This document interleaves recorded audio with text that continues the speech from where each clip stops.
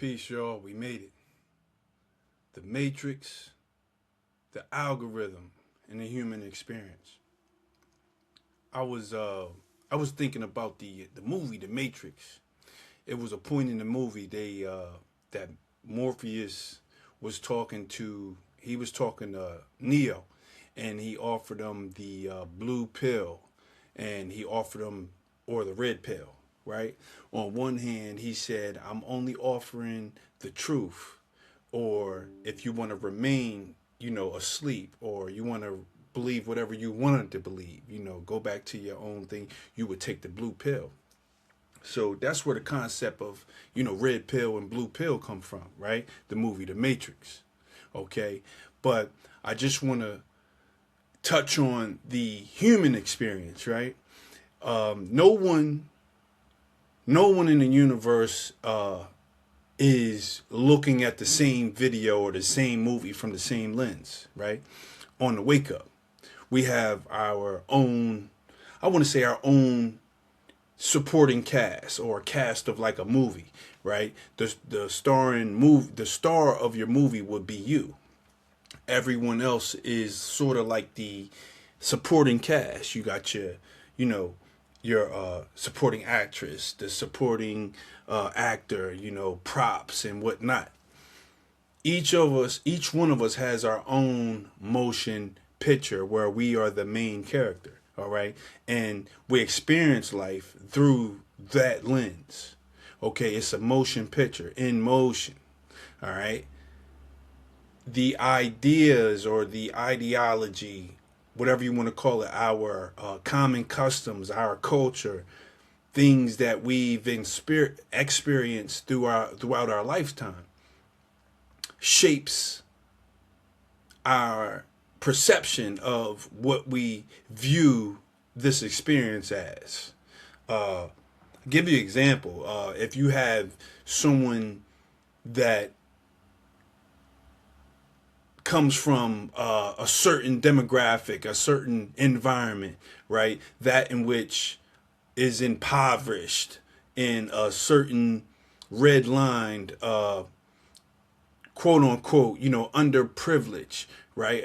In urban society, they have a outlook on the world, and that outlook on the world has sets precedence on its experience coming up day to day in the household, and the relationship with the household and relationship outside of it, their relationship and how it relates to the environment.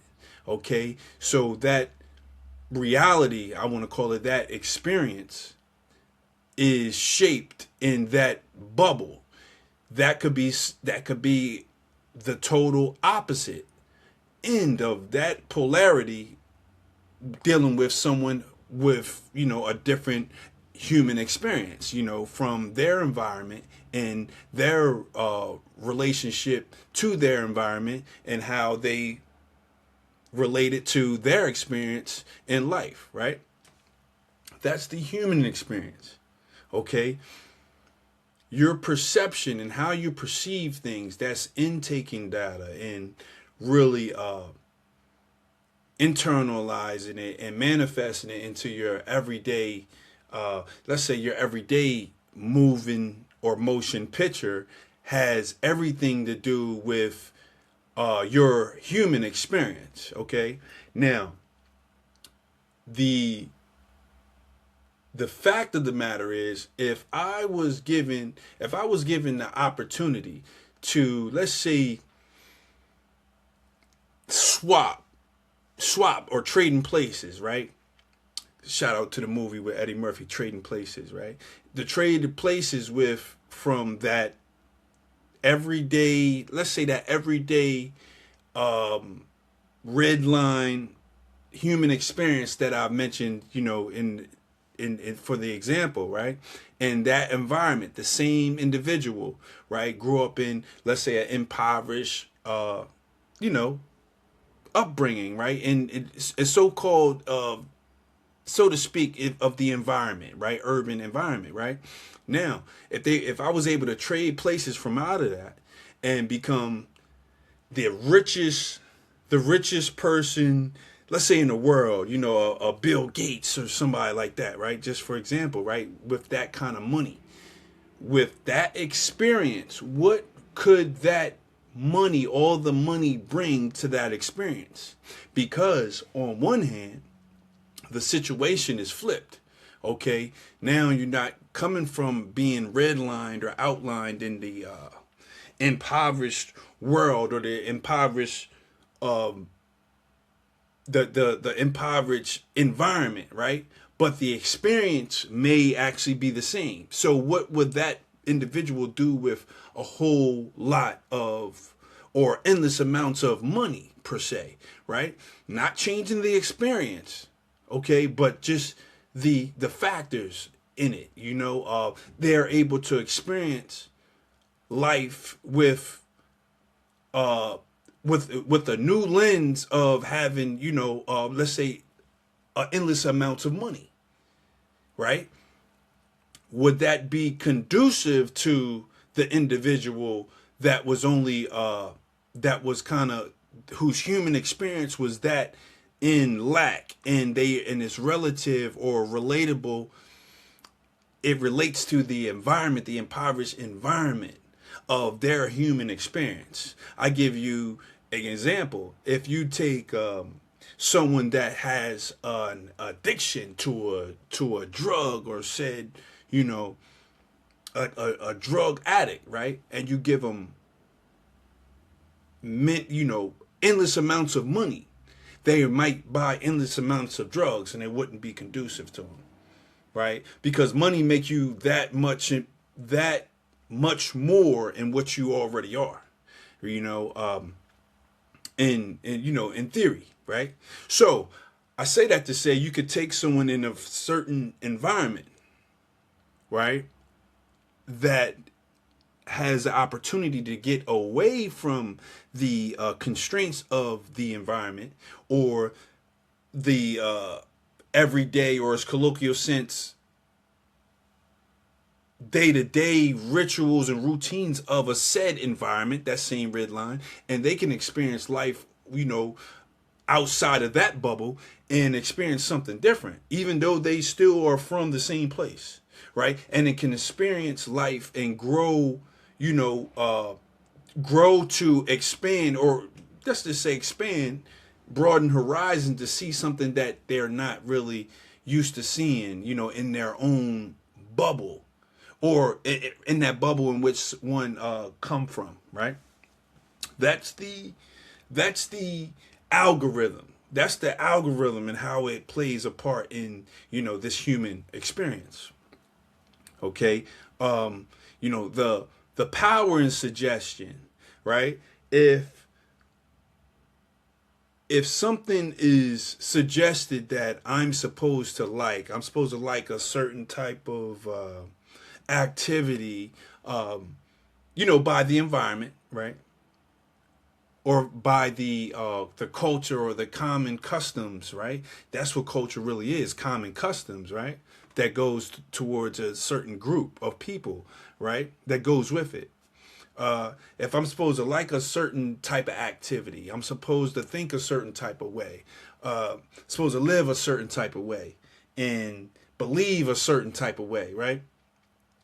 That that is an algorithm, and it's a suggestion. When someone gets out of that by expansion and being exposed to certain things, you can break into a different algorithm, and that can change your perception of that in which you came. Now, what does that have to do with the Matrix? The truth of the matter is, you can change your thought at will.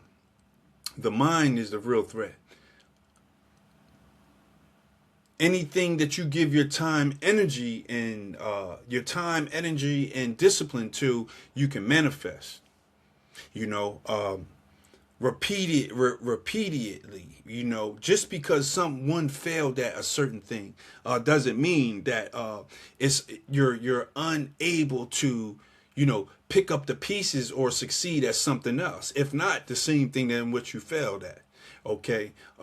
It's giving the time and the energy to work out the kinks, to figure it out. All right. The algorithm, getting in front of, or getting in line, in the suggestion, in the movement, in the rhythm of something other than what you're suggested to do, or maybe, I don't want to say told to do, because that is sort of like what a suggestion does. It gives you the illusion of you making a choice. Example, if you go down to the villa and it's 3 new drops for that day, and to buy a sneaker, right? You're only choosing from the 3 selections that dropped that day that was already pre-chosen for you. So are you really choosing at all? See, it's the power in the suggestion. It's the algorithm, right? You go somewhere else, it might not be the choice or the drop of the day per se. There's plenty of spaces, to buy shoes at, right? It's plenty of spaces in this planet you can land at. It's all types of walks of life, and the one that you choose, or the one that you were suggested to choosing, or just the one that you was exposed to, we take on the perception of this is it. And this is not it. This is fruition. And fruition is you are the universe, and everything relates itself to you and your brain pattern and what algorithm you put yourself in.